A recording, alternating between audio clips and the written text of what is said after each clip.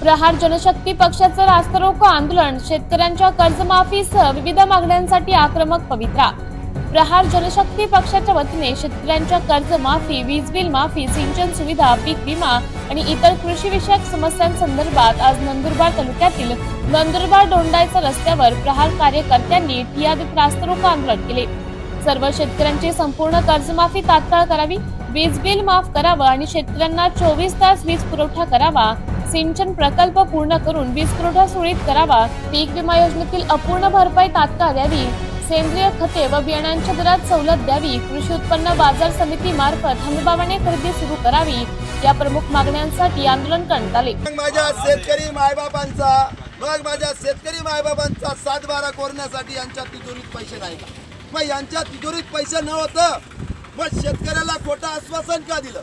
या सरकारने शेतकऱ्याची फसवणूक केली आहे, दिव्यांगांची फसवणूक केलेली आहे। या शेतकऱ्याने 420पणा केलेला आहे, म्हणून या शेतकऱ्याविरुद्ध 420 प्रमाणे गुन्हा देखील झाला पाहिजे। सरकारचा गोपनीय डाव आहे।